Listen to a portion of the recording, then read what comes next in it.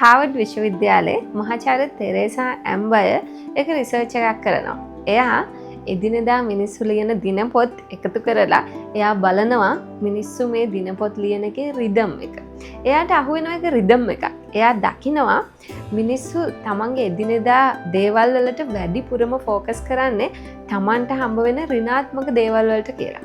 මොකද එයාට දවස් ඇතුළේ 80%ක් ධනාත්මක දේවල් හම්බ වෙලා තිබුණත් එයාගේ වැඩිම ફોකස් එක යන්නේ එයාට හම්බ වෙන ඍණාත්මක සුළු දේවල් වලට කියන එක තමයි එයා කියන්නේ. ඒකට හේතුව අපේ මනසේ හැටි. ඒ කියන්නේ අපිට ගොඩාක් සතුට වෙන්න දේවල් තිබ්බත් හැබැයි අපිට එක දුක හිතෙන දෙයක් තියෙනවා නම් අපි ඒක ගැන තමයි අපේ වැඩිපුරම ફોකස් එක දෙන්නේ.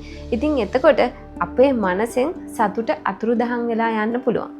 අපි පුරුදු වෙලා ඉන්නෙම දුක පසුපස හඹා යන්න. ඉතින් එතකොට සතුටින් ඉන්න හරිම අමාරුයි. ඒ නිසා ටිකක් ප්‍රැක්ටිස් කරන්න මනස දුක පසුපස හඹාගෙන යන්නේ නැතුව සතුට පසුපස හඹාගෙන යන්න. ඔබ හිතන්නේ අමාරුයි කියලාද? නෑ. ඒක හරිම ලේසි.